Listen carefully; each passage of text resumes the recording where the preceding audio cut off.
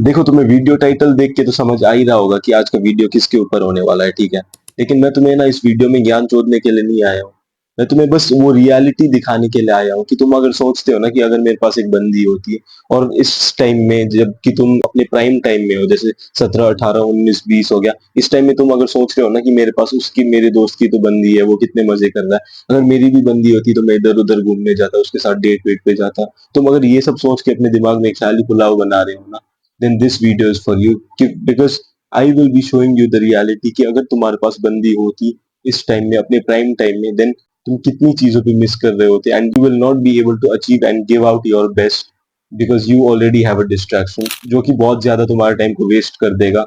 And let me just start, ठीक है। मैं तुम्हें दिखा दूंगा, I will just show you entire comparison. मैं तुम्हें नहीं बताने वाला कि ये अच्छा है ये बुरा है, मैं तुम्हें रियलिटी दिखाऊंगा दोनों साइड का, एक बंदी होने का और एक रिलेशन में ना होने का, and you decide what you have to do. So let's get started. देखो, ऑडियो क्वालिटी थोड़ा चेंज आ रहा होगा क्योंकि मैंने माइक बदला है, तुम्हें दिख ही रहा होगा यहाँ पे माइक लटक रहा है। तो देखो, इस वीडियो के लिए बस एक दो वीडियो के लिए तुम बेयर करना, अगर ऑडियो क्वालिटी सही नहीं है तो उसके बाद सही हो जाएगा, ठीक है। तो देखो, मैं तुम्हें एक बार अपनी कहानी बताता हूँ, ठीक है। तो क्या हुआ कि मैं भी रिलेशनशिप में था, ठीक है। ऐसी बात नहीं है कि मैंने कभी डेट नहीं किया है, मैं तुम्हें ऐसे ही कुछ भी बोलने आ गया। मैं भी रिलेशनशिप में था एक टाइम में, लेकिन उसके बाद ब्रेकअप होने के बाद ना, मैं उसके बाद से रिलेशनशिप में नहीं आया हूँ ना, तो कभी किसी से वो मतलब डेट वेट किया है मैंने ऑलमोस्ट, मतलब एक दो साल पहले। उसके बाद से मैंने डेट भी नहीं किया है। I never tried to impress anyone, या फिर मैं रिलेशनशिप में नहीं आया हूँ, and it is there for a reason and I have done it with a choice. ऐसे नहीं कि कोई भी कुछ हुआ नहीं, लेकिन दैट वाज बाय चॉइस, ठीक है। And now let me tell you the reason why. देखो, मैं तुम्हें नहीं बता रहा कि तुम्हें नहीं करना है, ठीक है। मैं बताता हूँ अब तुम्हें क्यों, कि मैंने क्यों डेट नहीं किया आफ्टर आई ब्रोक अप। मैंने उसके बाद से डेट क्यों नहीं किया। आफ्टर दैट मैंने एक परफेक्ट बंदी को ढूंढना बंद क्यों कर दिया। Now let me tell you. देखो, पहली बात, फाइंडिंग द राइट गर्ल। आज के टाइम में ना क्या होता है कि तुम किसी भी बंदी को ढूंढते हो, जैसे तुम स्कूल में हो, कॉलेज में हो, finding the right girl is the first priority. Because अगर तुम्हारे साथ एक कोई सही लड़की नहीं है ना, तुम्हारे साथ एक तुम्हारा पार्टनर ऐसा है कि वो बहुत ज्यादा टॉक्सिक है, या फिर वो तुम्हारे बात को समझती नहीं है, she wants to spend her entire time with you. क्यों? क्योंकि वो तो वेली है और वो सोचते है कि तुम भी वेले हो, तुम्हारे पास भी कुछ काम नहीं है। और तुम क्या करते हो कि तुम नए नए हो, तुम्हें नया नया अटेंशन मिल रहा है, तो तुम उसकी वजह से डेस्परेट हो जाते हैं and you spend your entire time इस चक्कर में, और तुम्हें इसकी वजह से बैलेंस करना आता नहीं है। तो फर्स्ट थिंग हो जाता है फाइंडिंग द राइट गर्ल, वो बहुत ज्यादा मुश्किल हो जाता है, ठीक है। और लेट्स से कि अगर तुम्हें सही बंदी मिल भी गई कि जो बहुत ज्यादा टॉक्सिक भी नहीं है, तुम्हारी सिचुएशन को बिल्कुल समझती है, बिल्कुल तुम्हारे साथ कंपैटिबल है, ठीक है, तुम्हें समझती है कि किस तरीके से, मतलब तुम्हें अपना काम में भी तुम्हें इन्वेस्ट करना है, तो उसी तरीके से तुम थोड़ा दिन में 1 घंटे आधे घंटे निकाल के उसके साथ जैसे तैसे बात कर रहे हो। मान लो उसने जैसे तैसे समझ भी लिया। नाउ सेकंड चीज आती है कि impressing and going on dates with her. अब क्या हो जाता है ना कि तुम्हारा ये टाइम है when you are in the age 17 to 20 23 years, ठीक है, मान के चलो, थोड़ा ज्यादा ही लेके चल रहा हूँ, 17 टू 23 इयर्स। तो अब क्या हो गया कि तुमने सही बंदी तुमको मिल गई, तुमने अपने स्कूल में या तो कॉलेज में तुमको जो भी है सही बंदी मिल गई, ठीक है। और तुम्हें पता है कि अब मैं इसके साथ डेट पे जाने वाला हूँ, मेरे को इसको इम्प्रेस करना है, ठीक है। और अब तुम क्या करोगे कि उसको इम्प्रेस करने के लिए you will do everything under your control.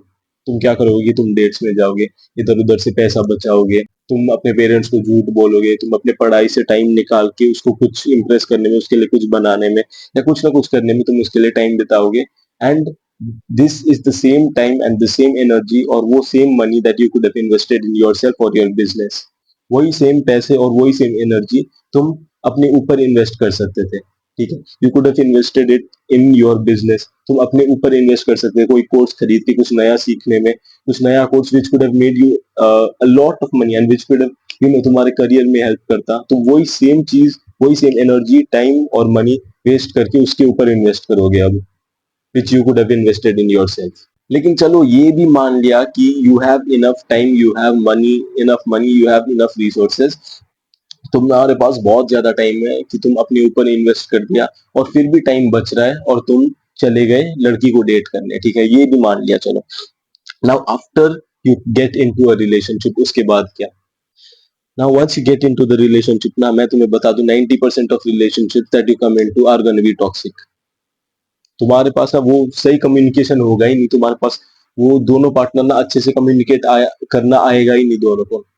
ज्यादातर ब्रेकअप्स इसकी वजह से ही होता है क्योंकि मिसअंडरस्टैंडिंग हो जाता है। मेरा भी वही सेम सीन था, तो इसीलिए मैं बता रहा हूँ। तो 90% ऑफ रिलेशनशिप्स आर टॉक्सिक, और ब्रेकअप भी उसकी वजह से होता है, मिसअंडरस्टैंडिंग होता है। बस वो 10% 15% होता है कि जहाँ पे दोनों कंपैटिबल होते हैं, दोनों एक दूसरे को समझते हैं कि यार उसका भी अलग लाइफ है, he has to spend his time alone, he has to spend his time in his work, और उसके बाद जो टाइम बचता है वो मेरे पे इन्वेस्ट करेगा वो, या फिर वो मेरे साथ स्पेंड करेगा। वो बहुत कम होता है, ठीक है, ऐसे पार्टनर बहुत कम मिलते हैं। और अगर मिल गए ना तुम, देन मैं कहता हूँ कि स्टार्ट डेटिंग देम, ठीक है। वो एक्सेप्शन है, वो फॉलो करना पड़ता है कभी कभी। तो मैं ये बोल रहा हूँ कि आफ्टर, मान लो तुम्हारे पास एनर्जी भी है, बहुत सारे रिसोर्सेज भी है, पैसा भी है, तुमने अपने ऊपर इन्वेस्ट कर दिया, उसके बाद भी बहुत सारी चीजें, बहुत सारा टाइम बच रहा है तुम्हारे पास, और तुम रिलेशनशिप में आ गए। अब देखो उसके बाद क्या होएगा, तुम सोच रहे हो ना, घूमने चले गए, घूमने डेट वेट में चले गए, मजे कर रहे हो, ठीक है। लेकिन एक पॉइंट आएगा ना उसके बाद रिलेशनशिप में ना, वो कुछ ना कुछ दरार आने लगता है, ठीक है। इन एवरी रिलेशनशिप को होता है, दरार आने लगेगा धीरे धीरे, और वो रोज रोज का दिमाग खराब, ठीक है। वो क्योंकि वुमेन आर इमोशनल बीइंग्स, मैंने पहले भी वीडियो में बोल दिया होगा, वुमेन आर इमोशनल बीइंग्स, ठीक है। और अगर वो रिलेशनशिप बिल्कुल ही भी स्टेबल चल रहा है ना, बिल्कुल पूरा स्टेबल चल रहा है, तो उसमें कुछ ना कुछ क्रिस्प नहीं है ना जब तक, तो तुम्हारे पार्टनर को ना वो पसंद नहीं आएगा। तो इसीलिए जानबूझ के ना कुछ क्रिस्प लाने की कोशिश करेगी इनटू द रिलेशनशिप, कुछ ना कुछ छोटे मोटे लड़ाई टाइप के हो गए, और जहाँ पे, ताकि तुम उसको अटेंशन दे सको, ठीक है, क्योंकि उनको अटेंशन चाहिए, एंड इट इज वैलिड, ठीक है, there is nothing wrong with that. वो जिसकी वजह से वो थोड़े थोड़े छोटे डिस्कशंस आर्ग्यूमेंट्स लाने लगेगी इनटू द रिलेशनशिप, ठीक है। और जिसकी वजह से तुम्हें उसको मनाने के लिए, तुम्हें उसके लिए गिफ्ट्स लेके जाना पड़ेगा, तुम्हें उसके लिए, कभी कभी मूड खराब होएगा उसका, तुम्हें उसको मनाना पड़ेगा, फोन में घंटे घंटे तुम्हें उसको सॉरी बोलना पड़ेगा, ठीक है। ये सब I know all of this, ये सब होता है, और ये सब करना पड़ेगा। उस पे कितना टाइम और कितना कितना एनर्जी वेस्ट कर रहे हो तुम, ये देखो। और ऊपर से अगर ब्रेकअप वाला सीन आ गया, तो उसके बाद तुम सोच के देखो अगर कि कितना ज्यादा, मतलब कितना ज्यादा एनर्जी वेस्ट होगा, क्योंकि तुम्हारे पास अगर ब्रेकअप हो गया, ठीक है, तो you not be able to recover from that for at least 1 year. और अगर मतलब अगर अच्छा सही रिलेशनशिप था, और अगर तुम सीरियस थे, then you won't be able to recover from that for about आधा साल 1 साल, तो तुम्हारा ऐसे ही चल जाएगा उसमें से रिकवर होने में, ठीक है। तो इधर उधर तुम्हारे उसके बाद आप वापस अपने ट्रैक में आने में। तो इसकी वजह से ब्रेकअप, अगर ब्रेकअप वाला सीन आ गया, ठीक है, अगर नहीं आया देन तो बहुत बढ़िया, क्योंकि you gonna last for a long time. लेकिन अगर आ गया वो सीन, तो तुम्हारा आधा 1 साल तो वैसे भी खराब। तो ये सब चीजें देख के ना, taking this into consideration, all of this, कि यार शुरू से एक नया पार्टनर ढूंढना पड़ेगा तुम्हें, उसके साथ पूरा अपना कनेक्शन बिठाना पड़ेगा, अपने बारे में सब कुछ बताना पड़ेगा, उसके बारे में सब कुछ जानना पड़ेगा, उसके लाइक्स डिसलाइक्स, अपने लाइक्स डिसलाइक्स उसको बताना पड़ेगा, घंटे घंटे 3 घंटे 4 घंटे रात को वीडियो कॉल में आना पड़ेगा। Now I don't have time to do all of this.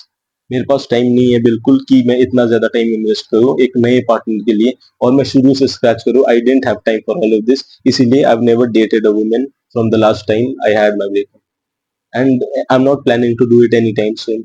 And this might be different in your case, ठीक है। तुम्हें ये भी हो सकता है कि तुम्हें लगे कि ये वर्थ इट है, ठीक है, रिलेशनशिप वर्थ इट है, वो तुम्हारा पॉइंट ऑफ व्यू है, लेकिन ये मैंने अपना पॉइंट ऑफ व्यू रखा।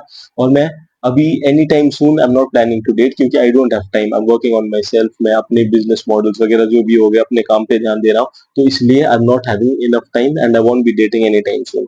लेकिन इसका मतलब ये भी नहीं है उसके बस डिसएडवांटेजेस है। अब तुम एडवांटेजेस भी सुन लो एक बार की रिलेशनशिप में आने के क्या है, ठीक है। तुम्हें एक्सपोजर मिलेगा, क्योंकि क्या होता है कि मोस्ट ऑफ अस मैं बोल रहा हूँ, क्योंकि मेरा भी वो पार्ट है, ठीक है, अंदर मेरे भी अंदर कहीं ना कहीं वो पार्ट है। Even I don't know how to interact properly with women. हम बचपन से हमारे दोस्त हुए हैं लड़के, ठीक है, लड़के दोस्त रहे हैं, और इतना ज्यादा कनेक्शन भी नहीं है लड़कियों के साथ, तो इसकी वजह से I don't know how to properly interact with women. और कभी कभी मेरी भी फट जाती है, ठीक है। तो इसकी वजह से ना तुम्हें एक्सपोजर मिलता है, और वो कॉन्फिडेंस मिलता है after staying with the women, ठीक है, after being in a relationship with the women, वो कॉन्फिडेंस आता है अंदर से। लेकिन यार मेरा मानना है ना, बस उतने एक्सपोजर के लिए, बस उतने अपने कनेक्शन बिठाने के लिए, उतने उतना थोड़ा बहुत एक्सपोजर के लिए, it is not worth all of the struggle that I mention before. जैसे मैंने पहले बोला, एक सही पार्टनर ढूंढना शुरू से लेके, ठीक है, शुरू से सही पार्टनर ढूंढना, उसके साथ डेट्स में जाना, सब कुछ जानना उसके बारे में, इतना एनर्जी और रिसोर्स वेस्ट कर देना, टाइम वेस्ट करना, that is not worth it at the present moment, at the present time. क्योंकि अब ये साल तुम्हारे प्राइम है, 17 से लेकर 24 ईयर्स तुम्हारे प्राइम है। अगर तुमने इसमें कुछ बना लिया, कुछ कर लिया तो कर लिया, नहीं तो ऐसा नहीं है कि कुछ नहीं होगा, लेकिन after that it will be very difficult. These are your prime years, ठीक है। तो अगर इस साल में तुम इन सालों में तुम अगर ग्राइंड नहीं कर रहे हो ना, then you are missing out on something. तो इसकी वजह से देखो, मैं कहता हूँ, मतलब ये मेरा पॉइंट ऑफ व्यू है कि these getting into a relationship, मतलब वो एक्सपोजर तो मिलता ही है, वो कॉन्फिडेंस मिलता है, लेकिन it is not worth the time and effort that you are putting in. This is my point of view, ठीक है, it might vary from yours. तो लेकिन फिर भी अब तुम्हारा चॉइस है, ठीक है, अगर तुम्हें कोई सही बंदी मिल गई या फिर तुम डेस्परेट हो एक रिलेशनशिप के लिए ना, then you have to get into a relationship and you fuck around and find out. तब तुम्हें खुद ही पता लग जाएगा कि उसके क्या कॉन्सिक्वेंसेज होने वाले हैं। एंड जब तुम एक बार उठाओगे ना, जब तुम पता करोगे, उसके बाद ही तुम्हें पता लगेगा कि यार हाँ क्या होएगा, सीन कैसा है, ये सही होता है, मतलब अच्छा होता है, अच्छा नहीं होता है, तुम्हें खुद ही पता लग जाएगा। सो fuck around and find out is what I am saying, अगर तुम ज्यादा डेस्परेट हो। लेकिन I personally stop because of the reasons I told you, ठीक है, ये मेरा पॉइंट ऑफ व्यू था। So that's it for today, thanks for watching.